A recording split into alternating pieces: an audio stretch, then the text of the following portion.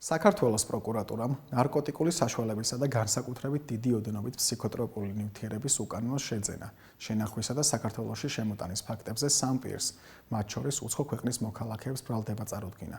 შინაგან საქმეთა სამინისტროს მიერ ჩატარებული გამოძიებით დადგინდა, რომ ბრალდებულებმა საზღვარგარეთ ყოფნისას უკანონოდ შეიძინეს და ინახავდნენ ნარკოტიკულ საშუალებებს, მეთადონს, ტრამადოლსა და განსაკუთრებით დიდი ოდენობით ფსიქოტროპულ ნივთიერება პრეგაბალინს, რაც ქუთაისის საერთაშორისო აეროპორტის სასაზღვრო გამშვები პუნქტის გავლით უკანონოდ შემოიტანეს საქართველოში.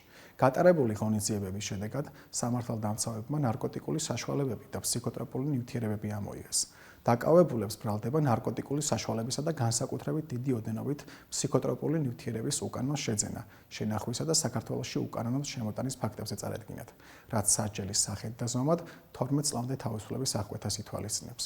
პროკურატურის შუამდგომლობის საფუძველზე სასამართლომ ბრალდებულებს აღკვეთი ღონისძიების სახით პატიმრობა შეუფარდა.